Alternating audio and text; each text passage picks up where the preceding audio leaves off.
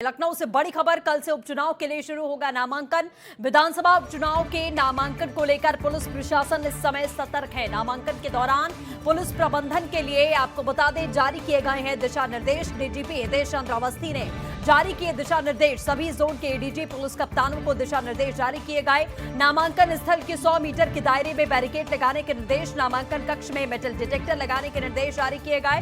Barricading के पास बने gate पर भी मेटल डिटेक्टर लगेगा। बैरिकेडिंग से होकर जाने वालों की वीडियो रिकॉर्डिंग की जाएगी। ये बड़ी खबर आपको बता दें। नामांकन कक्ष में मेटल डिटेक्टर लगाने के निर्देश और आदेश जारी किए गए हैं। बैरिकेडिंग के पास बने गेट पर लगेगा मेटल डिटेक्टर। ये बड़ी खबर है। बैरिकेडिंग से होकर जाने वालों की वीडियो रिकॉर्डिंग भी की जाएगी। लखनऊ से बड़ी खबर है, कल से उपचुनाव के लिए शुरू होगा नामांकन। विधानसभा उपचुनाव के नामांकन को लेकर पुलिस प्रशासन इस समय सतर्क है। नामांकन के दौरान पुलिस प्रबंधन को दिशा निर्देश जारी किए गए थे। यह बड़ी खबर, डीजीपी हितेश चंद्र अवस्थी ने जारी किया दिशा निर्देश। तो सभी जोन के एडीजी पुलिस कप्तानों को दिशा निर्देश जारी किया गया है। प्रशासन की तरफ से मुस्तैदी अपनी बरकरार रखें।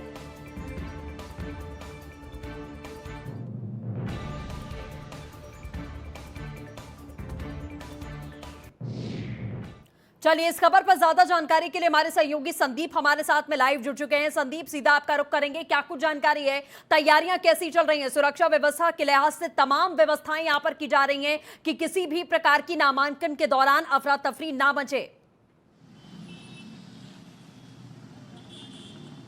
जाहिर सी बात है सृष्टि, देखिए कह सकते हैं कि जिस तरह से उपचुनाव को लेकर जो तैयारियां हैं वो तेज़ी पर हैं, उसको देखते हुए आज डीजीपी ने सभी एडीजी को एक साफ तौर पर निर्देश दिया है कि किसी भी तरह की कल लापरवाही देखने को ना मिले। क्योंकि अमूमन जिस तरह से देखा जाता है कि ऐसे सामूहिक जगह पर कभी ना कभी कुछ ऐसी स्थिति पैदा होती है जिससे किसी तरह का अवरोध उत्पन्न होता है। साफ तौर पर इस पर कहा गया है कि जो नामांकन स्थल है उसके 100 मीटर की अवधि पर बैरिकेडिंग लगाई जाएगी और जहां पर बैरिकेडिंग लगाई जाएगी वहां पर मेटल डिटेक्टर लगाया जाएगा और साथ ही साथ नामांकन कक्ष के अंदर भी जो आएगा उसकी पूरे तरीके से वीडियोग्राफी कराई जाएगी।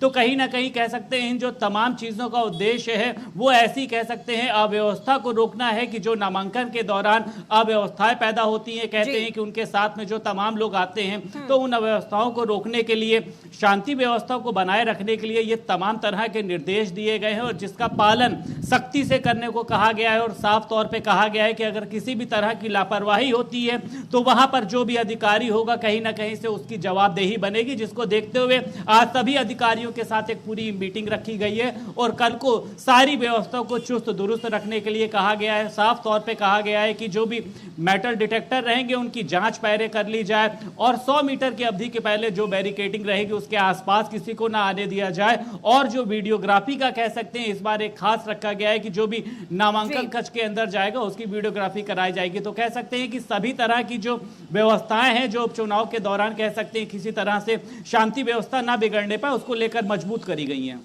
बिल्कुल जाहिर तौर पर संदीप, और जिस तरीके का माहौल इस समय उत्तर प्रदेश में देखने को मिल रहा है उसके लिहाज से कहीं ना कहीं ये भी बहुत जरूरी है कि पुख्ता तरीके से प्रशासन अपनी तैयारी करे। अच्छा संदीप, एक बात और जानना चाहेंगे कि पहले ही ये गाइडलाइंस आ चुकी थी कोरोना काल को देखते हुए कि आप नामांकन दाखिल करने पहुंचेंगे, लेकिन हमेशा की तरह जो दल बल के साथ में, गाजे बाजे के साथ में पहुंचते थे प्रत्याशी, वो तस्वीर इस बार देखने को नहीं मिलेगी। जाहिर सी बात है सृष्टि, देखिए जिस तरह से कह सकते हैं कि कोविड-19 चल रहा है जिसको देखते हुए तमाम तरह के इंतजाम, तमाम तरह की जो सावधानियां, और अगर हम बात करते हैं गाइडलाइन की बात करी गई है तो जाहिर सी बात है कि अगर हम पहले दिनों की बात करते हैं तो एक बड़ा जो कह सकते हैं समारोह होता था, एक बड़ा जो जुलूस होता था वो सड़कों पर दिखाई देता था कि जो नेता होता था वो कहीं ना कहीं से गाड़ियों पर फूल मालाओं के साथ में और अपने साथ कह सकते हैं सैकड़ों समर्थक लिए नामांकन स्थल पर जाता था। वहां पर ढोल बाजे के साथ उसका स्वागत होता था और उसके बाद वो नामांकन करता था। लेकिन कह सकते हैं कि इस बार की जो थोड़ी सी व्यवस्था है वो बदली रहेगी।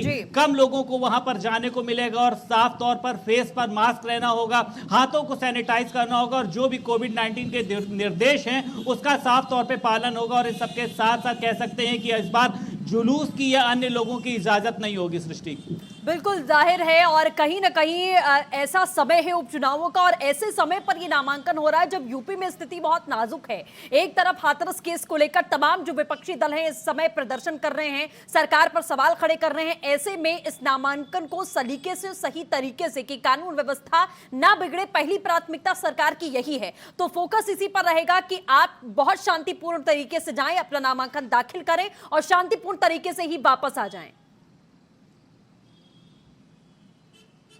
जाहिर सी बात है, देखिए सृष्टि, जिस तरह से हाथरस की घटना हुई या जो तमाम घटनाएं हो रही हैं, जिसको देखते हुए उत्तर प्रदेश के मुख्यमंत्री योगी आदित्यनाथ लगातार सख्त नजर आए और साफ तौर पे उन्होंने कहा है कि किसी भी तरीके से शांति व्यवस्था ना भंग हो। इसको लेके वो कह सकते हैं तमाम अधिकारियों के साथ चर्चा भी करते रहे और जिसका कह सकते हैं कि एक नतीजा जो है, जो आज देखने को भी मिला है कि जिस तरह से डीजीपी ने सभी एडीजी को निर्देश दिए हैं कि कल की जो कह सकते हैं उपचुनाव की एक व्यवस्था है वो किसी भी तरीके से बिगड़ने ना पाए, उसको लेके बैरिकेडिंग लगाई जाएगी, उसको लेके मेटल डिटेक्टर लगाए जाएंगे, उसको लेके वीडियोग्राफी कराई जाएगी।